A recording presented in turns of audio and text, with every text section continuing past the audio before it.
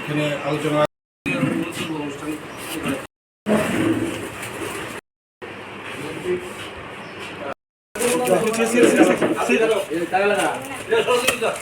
আজকে যে অনুষ্ঠান আয়োজন করেছেন এই উৎসব উপলক্ষে কয়েকজন লোককে তারা বস্ত্র বিতরণ করবেন। হয়তোবা এই যে সামগ্রী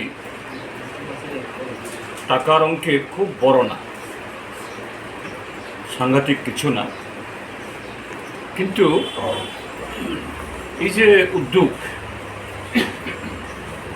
তার যে মহানুভবতা ব্যক্তি অনেক বড়।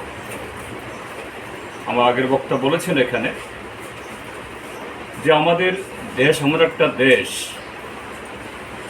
এটা হাজার হাজার বছর আগে থেকেই বহু বৈচিত্র্যের একটা সমন্বয়, ধর্ম, ভাষা, সংস্কৃতি, খাদ্যাভ্যাস ইত্যাদি ইত্যাদি, এটা প্রবাহমান এবং আগামী দিনে আরও হাজার হাজার বছর এই প্রবাহ এটা চলতেই থাকে। আর এই যে আমাদের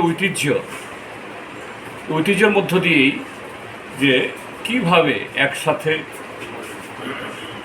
একই মানসিকতায় এবং আন্তরিকতার সাথে ভাষা, সংস্কৃতি, ধর্মের ভিন্নতা সত্ত্বেও